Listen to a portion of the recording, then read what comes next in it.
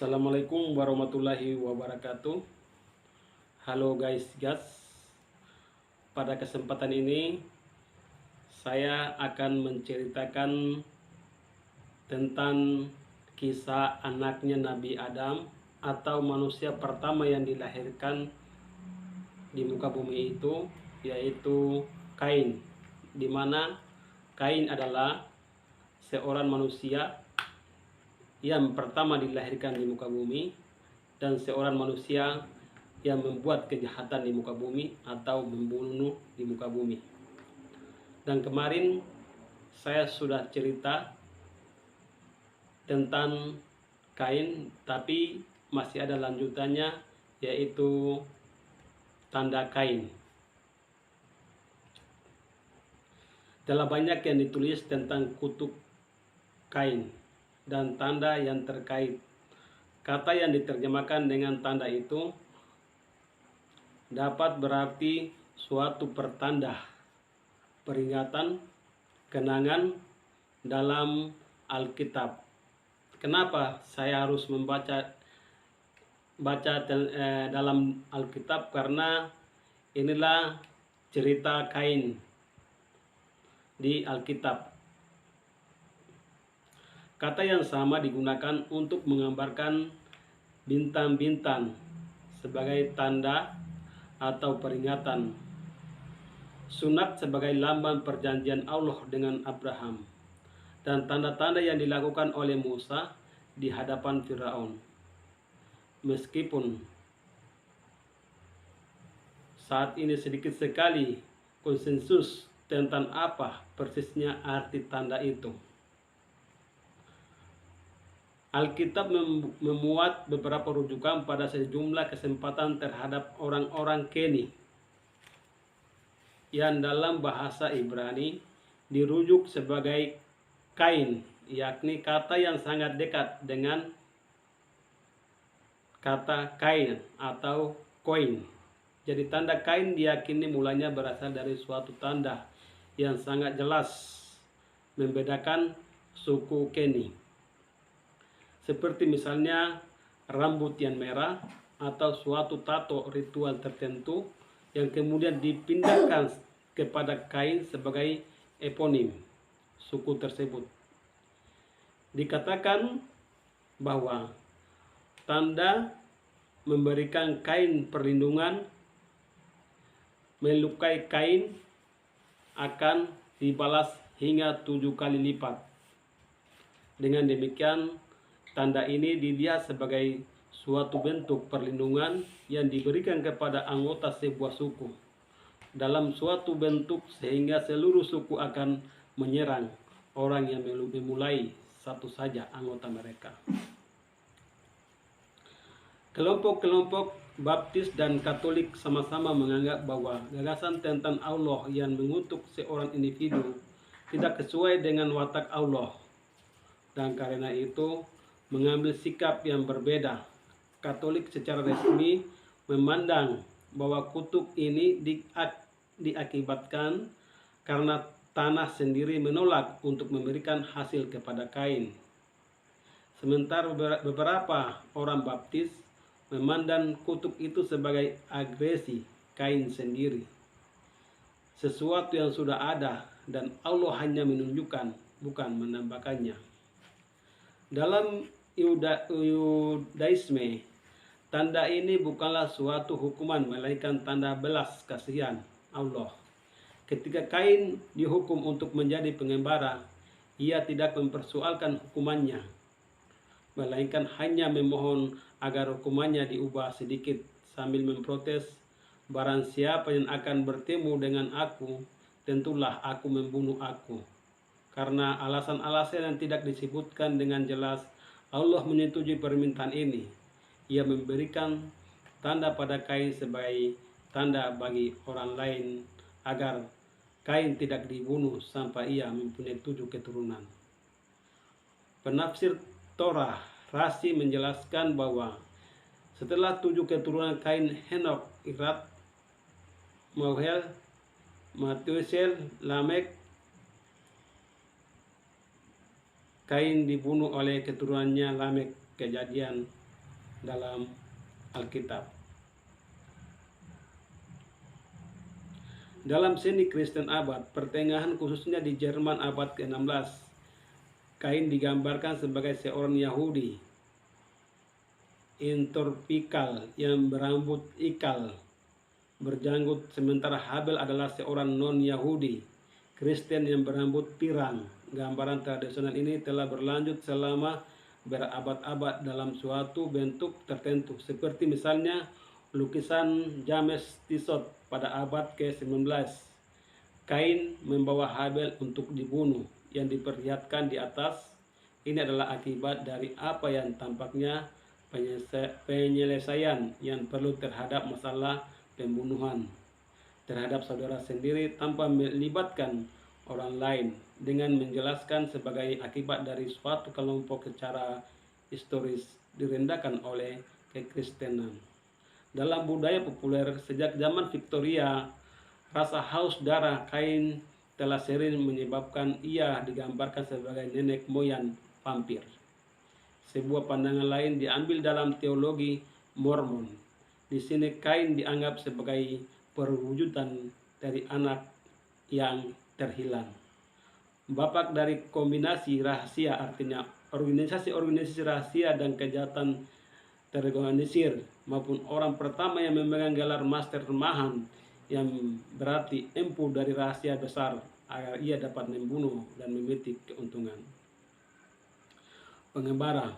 Karena Kain diperintahkan mengembara di muka bumi sebagai hukuman, muncul sebuah tradisi bahwa hukuman ini berlangsung selama-lamanya dengan cara yang sama dengan legenda jauh di kemudian hari.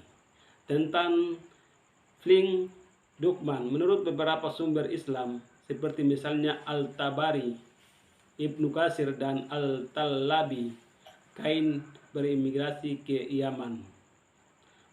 Meskipun berbagai variasi dari tradisi ini kuat pada abad pertengahan, dengan sejumlah laporan bahwa beberapa orang mengklaim melihat Kain, semuanya itu umumnya ditolak. Namun tema Kain yang mengembara muncul dalam folklore Mormon, tetapi tidak di kitab sucinya.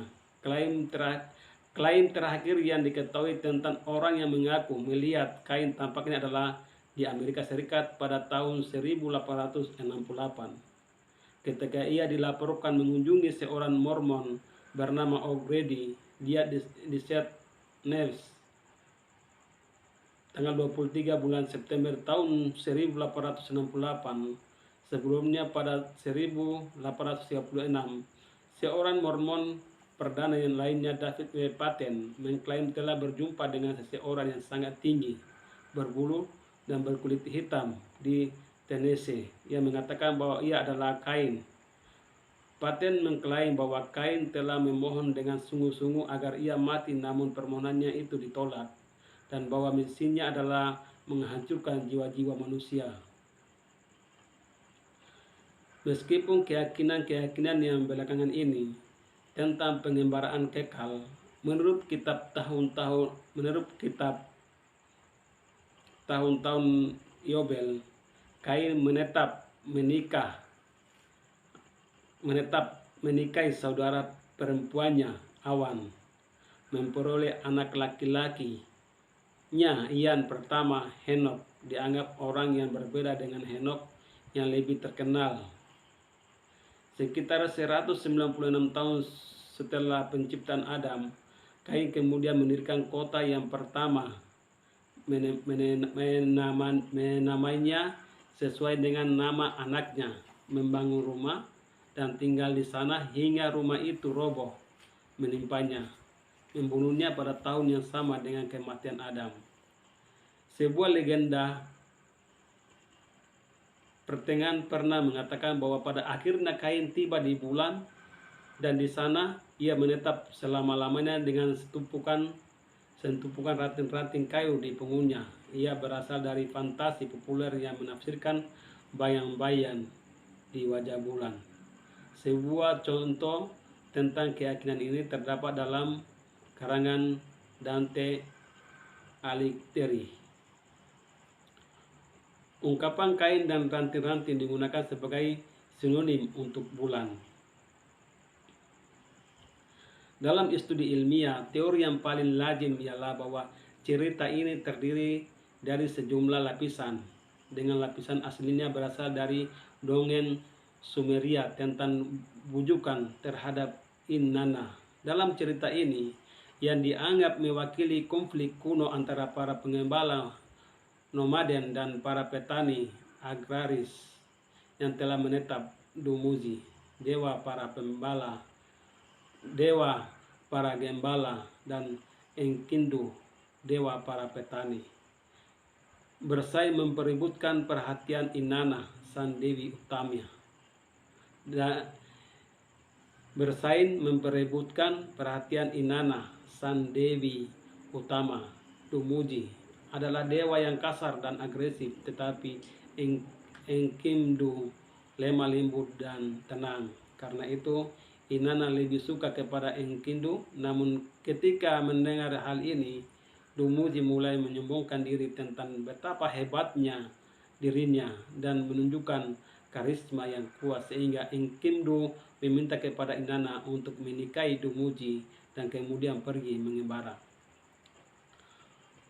Paralel Alkitab dengan teori ini ialah Allah sejajar dengan Inanna, Habel sang gembala dengan Dumuzi, dan Kain sang petani dengan Enkidu, dan hanya menyamakan bagian cerita tentang persaingannya. Kain pergi mengembara, dan tradisi-tradisi di luar Alkitab mengenai keterlibatannya seorang perempuan cantik. Kehadiran kurban dalam cerita Alkitab lebih daripada sekadar kata-kata. Kadang-kadang dilihat sebagai perubahan yang dibuat oleh para imam atas cerita ini untuk menekankan bahwa suatu bentuk kurban lebih baik daripada lainnya. Dalam mitologi di kemudian hari, meskipun masih sebelum tahun 1500-an sebelum Masehi, Dumuzi telah bercampur dengan Enkidu, dan karena itu bertindak sebagai dewa pertanian umum. Meskipun masih mempertahankan beberapa unsur dari mitos sebelumnya. Dalam perangan yang lebih umum ini, karena ia bertanggung jawab atas siklus tanaman tahunan, Dumuzi kemudian dilihat sebagai dewa kehidupan, kematian, kelahiran kembali. Bagaimana persisnya mitos ini berpandangan dengan perkawinan Dumuzi dengan Inanna tidaklah jelas, karena salinan-salinan yang ada tentang mitos ini tiba-tiba dimulai dengan Inanna yang turun ke dunia bawah karena alasan yang tidak diketahui. Inanna hanya dapat lolos dengan mengubah dirinya menjadi dewa yang bukan dari dunia bawah. Dan karena itu pada gilirannya memperhatikan mereka masing-masing, Dumuzi senang sekali bahwa Inanna telah pergi, dan karenanya dengan murkanya Inanna mengirimkan roh-roh jahat kepadanya. Dumuzi meninggal. Dengan demikian Inanna terbebas. Ia kemudian berubah pikiran, merasa kasihan, dan mengembalikan Dumuzi dengan membujuk saudara perempuan Dumuzi untuk mengambil tempatnya selama 6 bulan setiap tahunnya. Karena itu dimulailah siklus tahunan. Pembunuhan Dumuzi ini menurut pemikiran kritis dianggap sebagai sumber pembunuhan Habel, karena Allah berbeda dengan Inanna dianggap cukup kuat untuk tidak terjebak di dunia bawah. Ia tidak perlu meloloskan diri, dan karenanya tidak ada motif untuk membunuh Habel, dan dengan demikian kesalahan dialihkan kepada Kain. Enkidu yang iri hati, bagian dari cerita yang melibatkan kebangkitan dan kematian